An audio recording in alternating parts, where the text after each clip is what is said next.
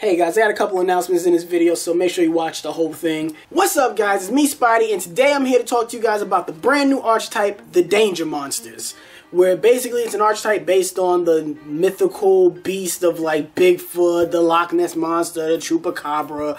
Mythical monsters like that. It's based on that. They released like 4 or 5 monsters, 1 spell, 1 trap. And I'm going to talk about my overall view of them and what I think about them and what I think they'll be doing in the future of Yu-Gi-Oh! Now, if you like that, you want to see more content like that, you want to have other archetypes, you want me to talk about what I think about certain archetypes and certain decks, comment them down below, like the video. If you're new to the channel, subscribe to this bitch. I was reading on the channel's Discord server. Shout out to everybody on the Discord. If you're not on it, the link's in the description down below. Get on that. And I was going through it and somebody was like, yo, Spidey's gonna hate this. They're just like the Dark World monsters. Oh, he's gonna hate it. I didn't really necessarily hate the Dark World monsters. When Dark World monsters came out, I played Dark World monsters. Like, I liked Dark World monsters. It was only Greffa the fucking Heifer that when he came out, I was like, oh, no, we're not doing this. Like, no, you see what you're trying to do right here with Greffa the Heifer, Dragged Down to the Grave, and Dark World Dealings. When they showed up, I was like, ugh. If you don't know nothing of... So when I say that the Danger Monsters are similar to the Dark World Monsters, if you don't know about the Danger Monsters, basically the Danger Monsters are monster cards that basically work like, oh, you reveal it in your hand, then you shuffle your hand, your opponent has to pick a card, and if they don't pick the card that you revealed, then they are special summoned to the field. And then when they're special summoned, you get to draw a card. So it basically replaces the card that got discarded. Where like it just replenishes itself. You're not really losing a card for a card. They jump on the field. That alone seems like somewhat of a broken mechanic that if you reveal it, then you know you mess around, you discard a card, you get a new card. And the thing that makes it kind of broken is the fact that they all have effects once they're discarded. So let's say you reveal Bigfoot and then you shuffle your hand and then they pick Chupacabra. The Chupacabra goes to the graveyard. Now Chupacabra has an effect. Jackalope lets you special summon from the deck. Chupacabra lets you special summon from the graveyard. Loch Ness Monster lets you search one from the deck, and Bigfoot allows you to pop 1 card on the field. These are all their effects once they're discarded. Then they have their field spell, Realm of Danger, which basically protects them when they're special summoned, so they're not targeted by effects. And then there's another effect where that way they can't be targeted for attacks. So you have your lower ones, they can't be targeted for attacks, but then you can still get attacked directly. And then they also have a trap card that lets you draw 3 cards and discard 2. So that's just kind of like, that seemed interesting, but it's a trap card. Like, for something that good, I wouldn't want that to be a trap card. And then with Realm of Danger, it protects them, but that just seems like irrelevant. I understand with some of them you want to keep them on the field, and they just jump on the field, and then like there needs to be more. With a mechanic like that, they can jump the field very easily. You can just keep summoning them and keep summoning them and keep summoning them. They're not really once per turn effects to special summon them. So it seems like a very broken mechanic because you can just jump all 4 of them on the field, and you just keep drawing out your deck. And then if you draw any spell or track cards, you just set them down below, and then you just keep getting rid of the monsters. You get them all on the field, and then you can just link some of them to get out your nightmare cards. And once you get out your nightmare cards, you basically have your field set up. So it just seems like a really fast deck, but there's a lot of flaws in this that I like, wait a minute. I need to know whether or not, you guys can clear this up for me, because I'm like, the way the card text reads, it doesn't say this card. It just says a card like that has the name of it. So let's say you have 2 Bigfoots in the hand. Let's say you revealed Bigfoot, but they picked a different Bigfoot. Then you still have to summon Bigfoot, and you have to discard. Do you discard it if it was a different Bigfoot, but it's the same name? Because it wasn't the card that you initially, because it wasn't the Bigfoot that you showed them, they have to, you still get to summon it, and you can discard Bigfoot.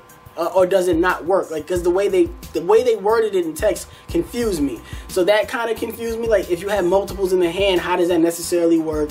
Also, if you have them in hand, you activate that effect. Speaking of chaining, that you can activate cards like Mind Crush. Like, oh, now I know what's in your hand, so I'm just gonna guess it, get that nigga the fuck out of here. You lose your effect. So I can see this deck is very easy to side against. Overall, I'm like, some of the cards are good. They have 1 big attack in Bigfoot, then they have 1 big defense and Loch Ness Monster, then they have 2 little ones, and they kind of remind me of the For Hire monsters. I'm gonna talk about them eventually, but a lot of their effects don't really seem consistent. You can run 3 of all of them. That's 3 or 4. That's 12 monsters. And then this field spell card does nothing. You run 3 traps. That's 15 cards in the deck. I don't really see room where this deck is going to be consistent and be able to just jump on the field. So there's not much room for consistency, even though it has the ability of when you discard a monster, you still summon them and you get to draw, so it helps you speed through the deck more and more. But I don't really see a use of consistency within the deck.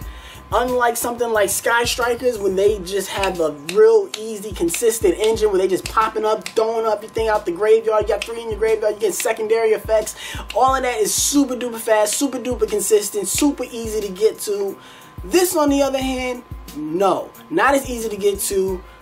Doesn't seem much consistent, and it seems very easy to break. It seems very easy to counter once you know, oh, this is what I'm going up against. Mind Crush, get these niggas out of here. Skill Drain, get these niggas out of here. Like, it seems very, very easy to just get around. So, overall, I'll probably give it like a 5. It's an average Archetype. It's average. It might seem fun once it comes out, but I don't really see it doing any real damage or nothing like that. So that's just what I think about it, guys. What do you guys think about it? Comment it down below. Let me know. Also, comment down below what you think about my opinions on it, because I love just arguing with you guys in the comment section down below. Also, if you haven't already, don't forget to like that video right now. Like this video right now. Subscribe to the channel. And click the bell for notifications, that way you're always updated during future videos. Right now, I just want to give you guys a very quick update. First of all, I want to make more videos on the channel, so I'm going to be filming in advance. So comment down below all types of videos that you want to see. I'm doing my best to pump them out as much as I can. And that I wanted to bring back, not also just this, of course I'm going to bring back the Spotty Spotlight. Of course I'm going to bring back Could This Be Meta. Of course I'm going to bring back the Bandless Banters and the top 10s and the most hated. I'm going to bring back all those things. But the one thing that I wanted to bring back, the one thing that I really want to bring back to this channel are the pack giveaways. So if you guys are excited about that, like the video and comment down below. A lot of questions about, oh, you know, I know you play Yu-Gi-Oh! Is there any other games you play? Anything, any other type of card games, any other type of stuff like that? Like, I'm not really that into gaming, but I know a lot of you guys are into gaming. So, especially if you guys are into online gaming, especially mobile gaming, and you use apps through your phone, and they tell you to do all these purchases and to get better at the games, get more stuff in the games, I found an app that can help you get more stuff in your games. It's the App Nana app. Basically an app where it has its own inventory, using the app and downloading apps through this app. And if you download regular apps, so you do things like that, you get rewards. You get stuff like Amazon gift cards from PayPal Cash. You can get Xbox Live rewards, PlayStation rewards, all different types of rewards. So you can use, so basically just logging into the app every day, you get nanas. And if you use the link that I put in the description to go to the app and download the app, they're going to give you 5,000 more extra nanas. And if you set up your own account, it gives you even more nanas. And if you set up your own account, you get your own invitation code, and you can put your invitation code basically in the comment section. Or what I would rather y'all do is go to the Discord server where everybody can put their invitation codes, and we can all just add each other's invitation codes to get way more nanas. And that way you can use this app to get all types of rewards. So if you like playing Fortnite, you want to get more different skins in Fortnite. If you like playing your PlayStation and you like playing your Xbox and you want to get more skins and you want to get better DLC, use this app. Get an Amazon gift card, get a PayPal Cash, whatever you want to get on this, it's all there for you. And if you're tired of seeing me sweat my ass off in these videos, use this link to help this channel out, so that way I can afford air conditioner so I don't die before the end of the summer while making all these videos. Guys, those are my thoughts on the Danger Archetype. What are your thoughts? Make sure you comment them down below. Also comment your thoughts on my opinions in this video. Let me know, because I love arguing with you guys.